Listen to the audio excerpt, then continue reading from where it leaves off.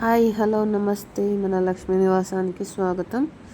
ఈరోజు మార్నింగ్ నేను చెట్లకు నీళ్ళు పోద్దామని చూస్తాను.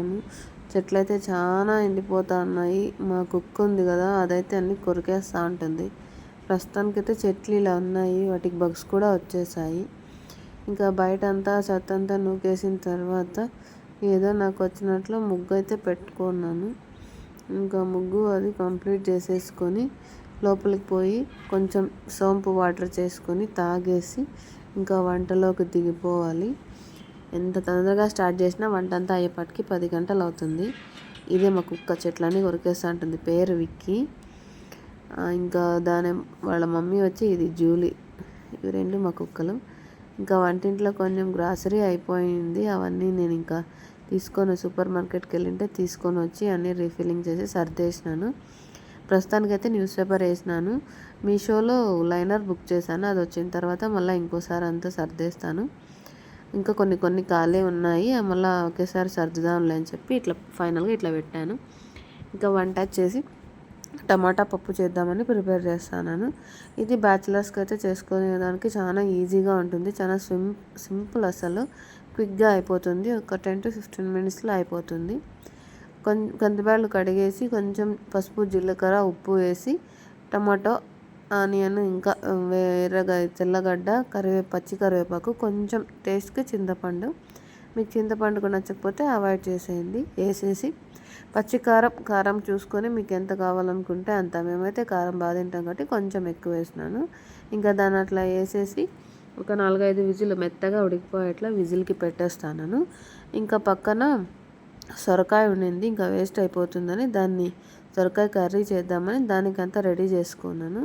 సొరకాయ మళ్ళీ నానేసిన శనగబ్యాళ్ళు అనమాట. ఇవి పచ్చి శనగబ్యాళ్ళు బాగుంటాయి కర్రీ చేసేకి.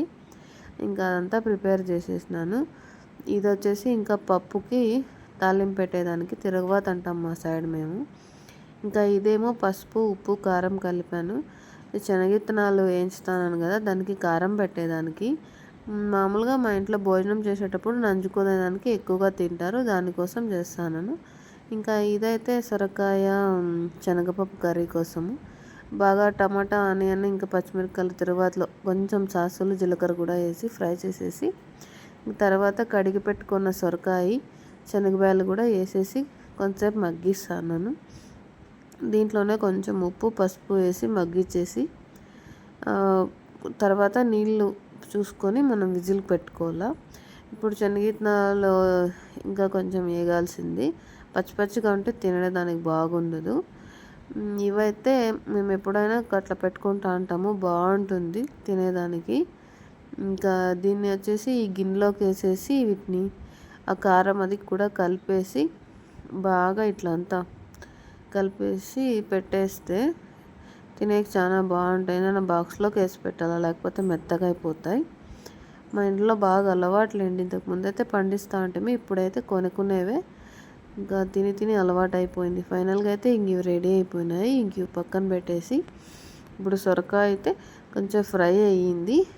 ఇప్పుడు దీంట్లోకి ఉప్పు, పసుపు వేసేసి నీళ్లు పోసి కొద్దిగా ఒక 2-3 విజిల్ పెట్టేస్తాను. గిన్నెలో పెడితే లేట్ అయిందని చెప్పి నేను ఇంకా కుక్కర్లోనే పెట్టుకొనేస్తాను.